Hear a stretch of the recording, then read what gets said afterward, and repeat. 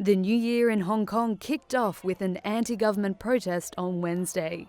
Many of the protesters were dressed in black and donned masks. Some waved flags and held posters as they marched through the city centre. Wednesday's march was approved by the police and called on authorities to respond to protesters' demands after more than 6 months of pro-democracy protests. There's been no rest for the protesters during the New Year's Eve celebrations. Last night, Hong Kong's main fireworks display was cancelled by the government, citing security concerns. Instead, a light show took its place. A throng of protesters joined arms and then formed a human chain.